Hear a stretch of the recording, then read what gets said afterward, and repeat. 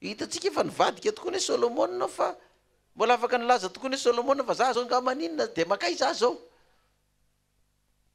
fa tsy nahazo tany Solomona l izy fa tany amin'ny taranany ary ny zava-doza any amin'ny taranako l izy mifatratra dia mitandrema fa za moa dia miteny ihany fa zany hoe azakazaka tsika tsirairay avy ihanyko anaraka an'izany ianao dia manaratsy anaraka an'izany ro ina koa ny rariko an'izany samy mamonjy ny tenany ihany io zany le fisehoana faharoa dia ino ary nampatonga ny Solomona lasa ny vily lalana satria zay le vaky tenintsika eto nanino izy ny vily lalana mpanjaka voalohany toko fa 1:20 mpanjaka voalohany toko fa 1:20 ny vilian'ny Solomona naporafy maro sy nanompohany sampy ary namarin'Andriamanitra azy inona nampivily lalana ny Solomona zany niala tamin'i Jehovah Solomona mpanjaka tia vehivavy maro hafa firenena izy tsy hoe Solomona mpanjaka tia vehivavy piray fa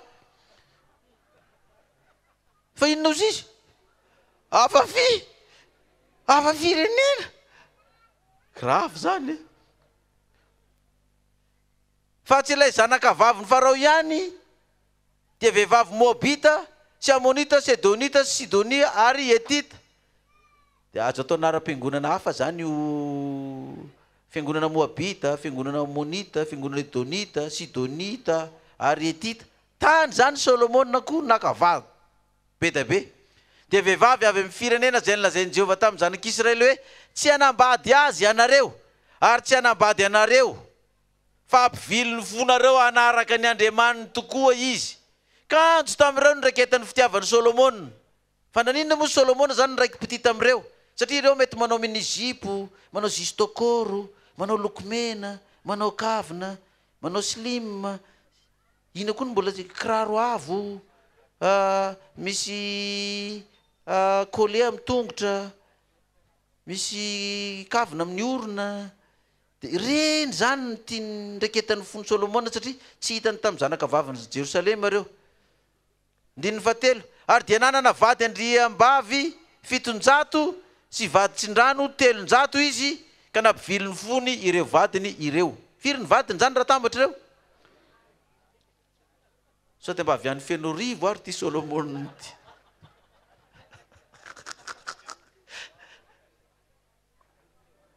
dia mba mametraka fa ahoana ry fomba hanambadinany zany arivo zany fa zany ankera mandeha indrem-pandeha isan'andro mbola tsy vita anatin'ny herintaona mbola misy tsy mahazo torony sasany anatin'ny herintaona kalandrieny zany fampitadiavana mihitsy ary mety misy manao aferafera mihitsy arazany sasany hoe abapidirô aloha fa tena nena mbola miroa taona vao tonga ny toroko marina ihany lazain'i Jehovah tsy hisy takanao intsony ao alohanao ary tsy hisy takanao talohanao tena arabaky teny zany satria tsy hisy nanana vady arivo-tsony ange taorinan'ny Solomona tsy tany alohany io zany nampivily ny fon'ny Solomona io vadiny be da be io dia noentin'io nanompo-Andriamanika hafa izy rehefa antitra zany hoe tsy izy mbola tanora fa izy mbola tanora zany na dia teo aza reo vadiny be da be ireo dia tsy nanompo-Andriamanika hafa mihitsy izy fa dia mbola le Jehovah ihany fa rehefa antitra amin'izay Solomona 14 io fa noho nefa antitra Solomona dia navily ny vady ny fony anaraka Andriamanika hafa ka ny fony tsy mba naiditsy tamin'i Jehovah Andriamanina tahaka ny fony Davida rainy fa Solomona nanaraka ny Astarta Andriamany bavin'ny Sidoniana sy Milkoma fa avetavetan'ny Amonita ary Solomona nanao zay ratsy eo mason'i Jehovah ka tsy mba tanteraka tamin'ny fanarahana azy tahaka ny Davida rainy satria naverin'i Jehovah raha mandeha araka ny Davida rainao ianao dia ataoko mitoetra ny fanjakanao dia tonga amin'le perekopa amin'izay tsika 1:12 Samuel mpanjaka voalohany toko fa 1:12 1:12 ka dia hoy Jehovah tamin'i Solomona satria efa tonga ao am-ponao izao ka tsy nitandremanao ny fanekeko sy ny didiko izay nandidiko anao dia endako afaka aminao tokoa ny fanjakana ka omeko ny mpanomponao izany hoe ny mpanjaka iray zany rehefa mandeha manompo Andriamanika hafa na dia Jehovah aza ny mametraka azy eo dia alany teo fa tsisy mpanjaka mipetraka amin'ny toerana zany raha ny mpaminany Daniela milaza Jehovah mametraka mpanjaka izy ny maninona izy ny manaisotra ka rehefa ny président na ny mpanjaka président république na ny mpanjaka zay milaza fa mivavaka amin'ny Jesosy, mivavaka amin'Andriamanitra, mandeha manompo sampy, mandeha manatomombiasy sy mpiskidy, dia alan'Andriamanitra tamin'io fanjakan'io ka men'ny hafa. Alany tamin'io. Dia samia mba misaintsaina antsika. Mpanjaka antsika teto hatramin'izay ve? Dia niaina sy nanompo an'izany tokoa. Dia naharitra firina teo. Fa amin'ny andro izay andehananao amin'izany dia mahita raharano. Za aloha raha tonga mpanjaka na ho président dia samy laza eo anatrehan'Andriamanitra fa mba maka lesona amin'io. Fa raha misy olona ho avy anatonay laza hoe izao problème zao président dia andaontsika anatina ombiasa, andaontsika anatina piskideria mahana an'io. Fa mila manao sorona zao sy ny sisa. Tonga dia kadraiko anao raha eo ny loko manatina naminy teny izany. Tonga dia miditra ianao.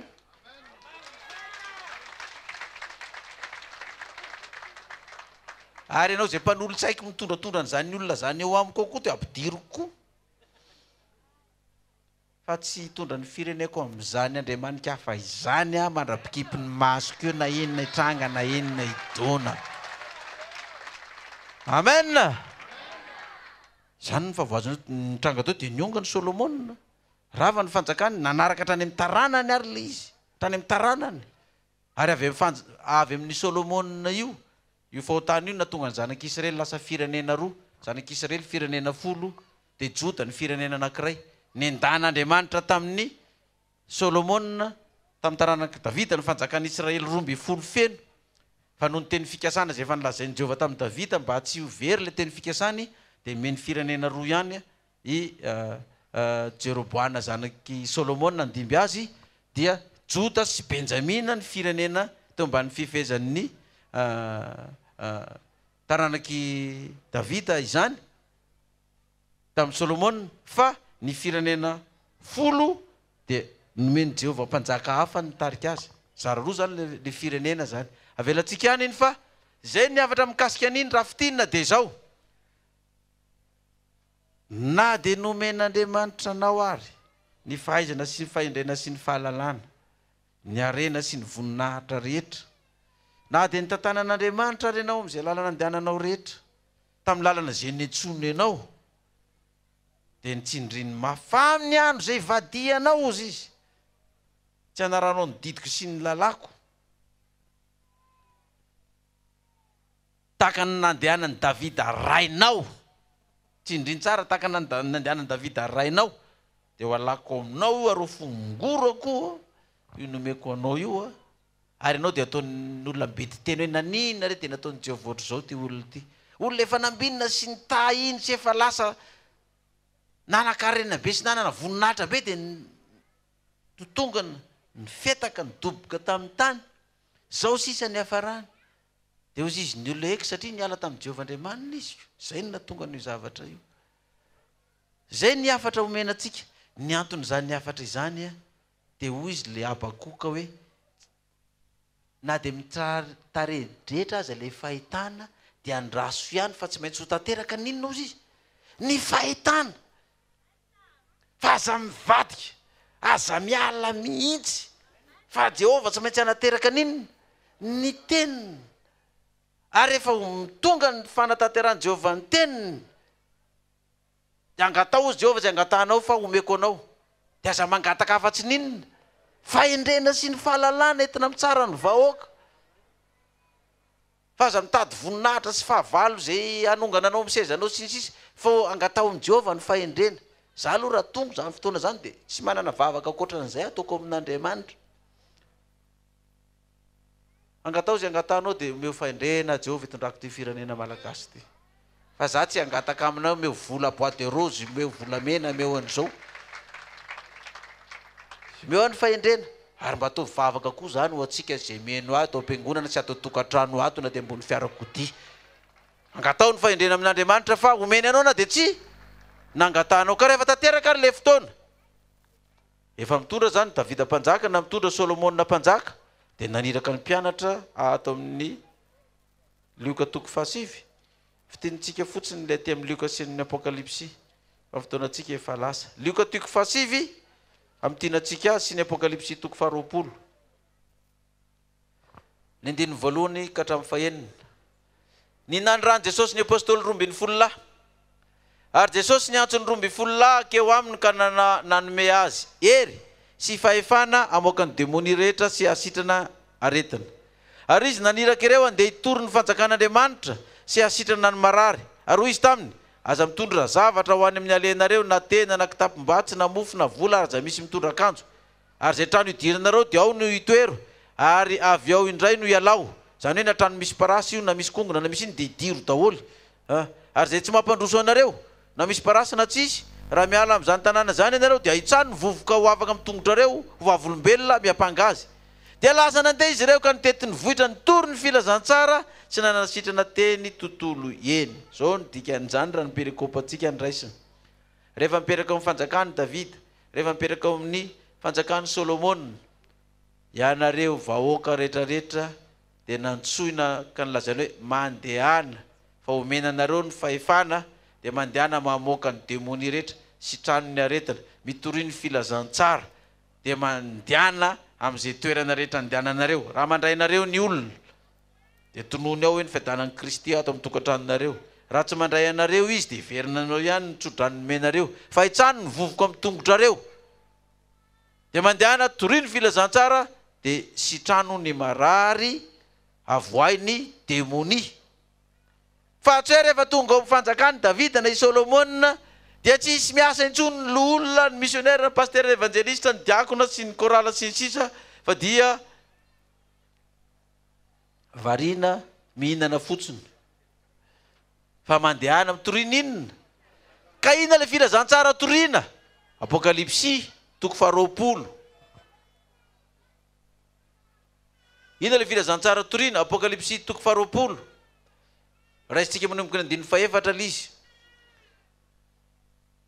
Ary nitasesa fiandanana maro aho, ary nisy miperaka teo ambonina ary nomena fahefana tsara izy, ary hitako ny fananjy ny tapandoha noho ny filazana ny Jesosy maty tamin'ny atsasaky ny levina tao pasana 3 andro sy tsangana tamin'ny maty tamin'ny andro sy ny tenin'Andriamanitra. Tenin'Andriamanitra, baiboly iray manontolo, tsy izay rehetra tsy nekohaka teo lony bibidina teo lony sariny ary tsy nandray ny marika eo eny amin'ny andro na eo eny amin'ny tanany. Ary velo izy ka niara nijaka amin'ny Kristy arivo taona. Mazava be zany fa apokalipsy no afatra tsy azo elantsika mihitsy, fa io no nomena atsika zay tsy maintsy ho toritsika. Na inona opopa ataon'ny olona, fanenjena sy fanaritsiana sy fanakiviana rehetrarehetra sy fiampangana. Ary lazaintsika hoe rehefa tsy hitan'ny olona zay hiampangana ny famarinana le soratra masina noerana azy dia fa hampangana tsisy any devoly. Ka io asaina torianao io ny afatra farany. Ity Kristy maty ny levona natsangana araka ny soratra masina ty, ary tsy mekoka ny lony bibidi na andro na le Kristy, satria misy andro ny io fanjakana bibidi io, misy ny Kristy sandoka zay topoiny ity vahoaka ity sy ny sisa. Dia ianao zany mitory an'io mampitandrina ny olona hoe tandremo, aza mekoaka ny lony bibidi na eo ny lony sariny, aza mandray marika eny amin'ny tandrina na eny amin'ny andro na eny amin'ny tanana akavanana. Zay ny filazantsara torianao, fa manaraka an'izay sitrano ny marary avoay ny devoly. Zay ny manaraka an'izany rehetrarehetra zany. Ka raha hitory an'izany ianao zany dia tsy maintsy mandeha ny conférence, dia misy ny batisa sy ny sisa sy ny sisa mba halalan'ny olona an'io Kristy io. Dia ny fanjakana mandeha, ianao mitory ny filazantsara. Fa mandritry ny fanjakana io raha raisina ny 1 ka hatramin'ny 7 rehefa tanteraka io fahitana io. Apokalipsy 20 1 ka hatramin'ny 7 dia zao ny zavatra hitranga.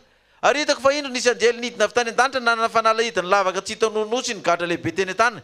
Dia nisambotra ilay drakona izy, dia ilay mena rana ela ny devoly sy Satana izany ka namatotra azy 10 taona. Dia nanimpiazo amin'ny lavaka tsy hitan'olo ka nanidy izany. Dia nisy tomboka sy eto amboniny mba tsy amin'ny tany ny firenena maro intsony mandrapatapitra ny 10 taona. Rehefa afaka zany dia tsy maintsy mivana kelikely aloha izy. Zao ny sariny zany. Rehefa tonga ny fanjakany Davida na ny fanjakany Solomona zay resahana io, dia misy anjely avy any an-danitra mamatotra an'ireo dragona sy devoly sy Satana zay mamitaka sy mampahantra ny firenena malagasy ireo, ka dia mivaha amin'izay ilay fahantrahany eto Madagasikara. Satria na tsy mpiaina anaty lavaka nono ry zalahy reo dia nidinao dia nigadro ao izy. Ka rehefa nigadro ao izy, izy atsony no fitopotany amin'ny tanàna eto izy. Inona ny fampandrosoana hosakanana eo intsony? Tsy afaka manahaka ana intsony izy. Raha tsy mino an'izany nareo aza mitehaka mafy arak'izay tratra.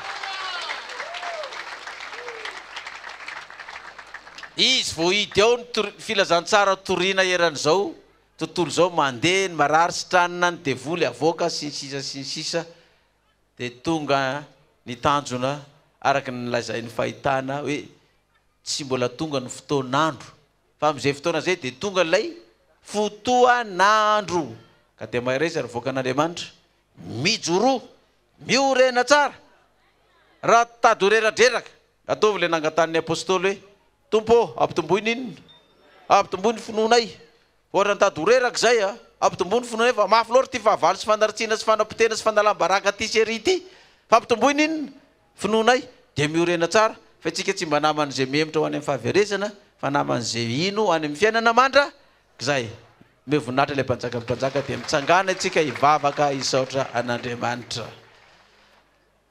hivavaka tsika ry hisaotra an'Andriamanitra Jehovah'Andriamanitra ray eo misaotra anao zany amin'ny afatra izay nomenao anay fa Andriamanitra mijery midina tokoa ianao ka mahita sy mahalala ary mandre izay alokon'ny vavanay izay ataon'ny tananay sy azy alehanay rehetra ary Andriamanitra miteny tokoa ianao satria hoy ny soratra masina hoe tsy manao na inona na inona tokoa Jehovah Tompo raha tsy milaza ny heviny amin'ny mpanompony ka dia miteny ianao ny alalan'ity perikôpa ty ary mifanaraka amin'ny zava-misy ny toetrandro izany anaporofoina fa na dia misy miara-mioko any ozy ianao dia tsy avy amiko izany ary ny fitaovam-piadiana izay amelezanareo ianao Jehovah dia tsy ambininy izany ka na dia mitaredretra ary ny fahitana hoy ianao dia aoka atoky ianareo fa tsy maintsy ho tanteraka ny fahitana ary na dia tsy mamotsina aza ny aviavy na ny voaloboka na tsy mamokatra aza ny saha eny na dia lasany fahavalo sy ny mpangalatra ny ondry amanosy sy ny omby any tsaha any pahatra dia mbola atoky ihany aho ny mpaminany fa Jehovah ny tanjako sy heriko ko dia misaotra Tompo any amin'ny afatra izay nomenao anay satria ny vilalany Solomona nandeha namonompo Andriamanikafa dia nalanao tamin'ny fanjakany ka nomenao ny mpanompony hoy ianao Jehovah dia mba ampianary koa zay mba handray lesonany amin'izany fa amin'ny andro izay ialanay aminao tokoa Tompo dia alanao aminay tokoa izay fitahiana sy fahasoavana rehetra nomenao anay ka dia ataon'olona mety teny izahay hoe ndrisy fa io ny hafarany satria niala tamin'i Jehovah ko dia matoky aho Jehovah'Andriamanitra ray fa matoa mbola novidinao zao vahoaka zao niaritra ny mafy sy ny nangidy teto dia hoinao hoe aoka atoky hatramin'ny fahafatesana ianareo fa zay maharitra hatramin'ny farany no vonjena dia omenanareo ny saro-boninahitry ny fiainana anao ary Jehovah nidera sy nihaja ny voninahitra mandrakizay amin'ny anaran'ilay Jesosy Kristy maty ny levina nitsangana araka ny soratra masina anao angatana izany vavaka zany halleluja amen saorantsika Andriamanitra amin'izany afatra izany koa dia samy ho ten'Andriamanitra avokoa tsika rehetra